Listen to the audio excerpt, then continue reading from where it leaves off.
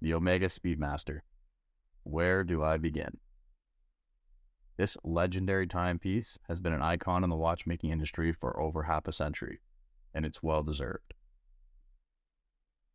Without a doubt, you've seen this watch all over Instagram, YouTube, and probably every other social media outlet. If you don't own one, you probably have thought about owning one, purchasing one, or maybe will have one in the future. This watch definitely has a place in everyone's collection. This watch was first introduced in 1957. The Omega Speedmaster was originally designed for professional race drivers and engineers, but it quickly found its way into the hands of NASA astronauts, becoming the first watch worn on the moon during the Apollo 11 mission, 1969. And yes, I know you've heard that a million times, but you can't do an Omega Speedmaster video without mentioning it. Since then, the Omega Speedmaster has continued to be a favorite among watch enthusiasts and collectors around the world. Thanks to its impeccable design, outstanding durability, and unparalleled performance, this watch will probably never go away. The Omega Speedmaster is known for its distinctive chronograph design. With its 3 subdials and tachometer bezel, it allows the user to measure speed over a fixed distance. Over the years, there have been many different variants, but the only ones I would consider would be this sapphire sandwich, the Snoopy, and the Panda. The Omega Speedmaster has luminescent hour hands and markers for easy reading in low light conditions. Now, when you talk the Omega Speedmaster, one of the most notable features is that it has a Hezolite crystal for the original models, and they still release it in Hezolite today. While Hezolite crystal is not as scratch resistant as sapphire crystal, Hezolite has been a hallmark of the Speedmaster design since its inception and is beloved by many collectors for its retro charm and authenticity. Personally, I would not buy the Hezolite version. I would always opt for the sapphire crystal just due to its scratch resistance properties. For those who prefer a more luxurious approach, the Speedmaster is also available in a range of precious metals and diamond set models, such as the Speedmaster 38 Sedna Gold, which combines a sleek, sophisticated design with the superior performance and craftsmanship that Omega is known for.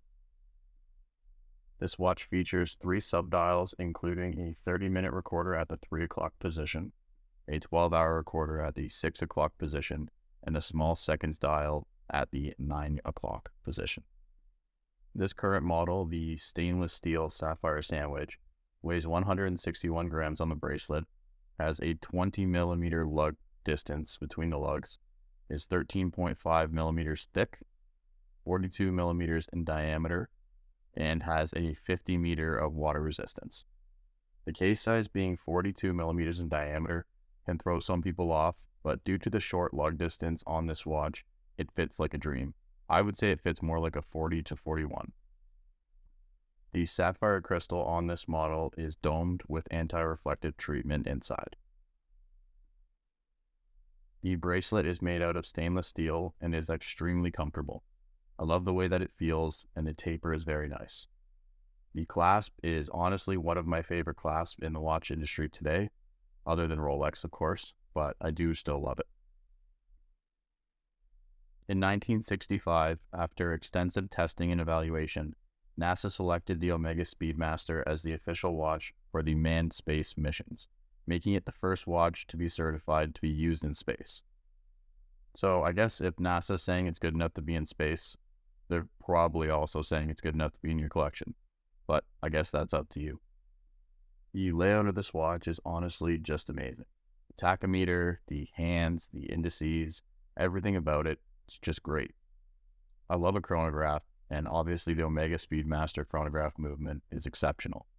The seconds hand is beautiful to watch, and I can't get enough of it.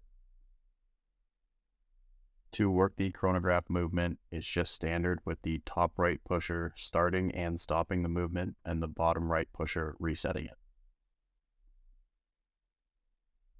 This watch has Omega's caliber 1863 movement under the hood. Omega is famous for winding chronograph movements. This one is a descendant of the caliber that was worn on the moon and is rhodium plate finished. Another reason that I would opt for the sapphire sandwich version is that it has the sapphire crystal at the back, which allows you to see the movement. Not only is this movement exceptionally done and beautiful to look at, but I want to see the movement in every watch that I buy. I honestly can't get enough of looking at this movement. So, what do I think about the Omega Speedmaster, especially this version, the Sapphire Sandwich? Is it a hype watch? I don't really think so.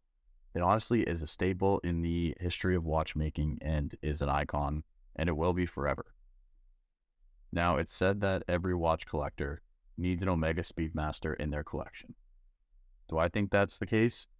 Personally, I don't see why you wouldn't want this watch in your collection, but I also know that money is extremely hard to come by.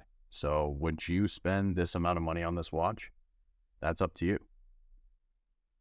If you are going to spend a good chunk of change on a watch, I don't see how you wouldn't consider the Omega Speedmaster. It will forever be an icon. I don't think it matters when it comes to the value of your watch. I don't care if you have a $10,000 watch, a $50,000 watch, or a $200 watch. All I care is that you buy a watch that's right for you and that is worth the money, worth the value. The journey of watch collecting is something that you should enjoy throughout the process to gauge what's most important to you throughout your watch collection journey.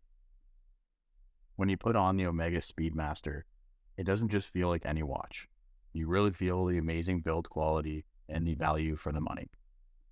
It's exceptionally well made and extremely eye-catching. When you wear it, you won't help but look down at the watch, and most of the time, you won't even know what time it is. You're just going to look at it. Everywhere you go in public, this watch will get recognized. If you're wearing short sleeves, you better bet someone's going to ask, is that an Omega Speedmaster? And that, depending on where you live in the world, can be not a great thing because it may get stolen off your wrist. But if you live anywhere that's safe and you're not being too flashy with it, you should be fine. Going back to whether I think you should or should not have this watch in your collection, obviously I said you should if money isn't a factor. But this watch isn't mine. It was lent to me for the purpose of this review. After having it for a few days, I can honestly say that this watch will be in my collection one day, when the time is right. And I don't know when that's going to be, but I can't wait for it. Well, let me know what you think about this watch. Do you own it? Would you ever own it? Put it down in the comments below. Thank you guys for watching, and I will see you guys in the next video.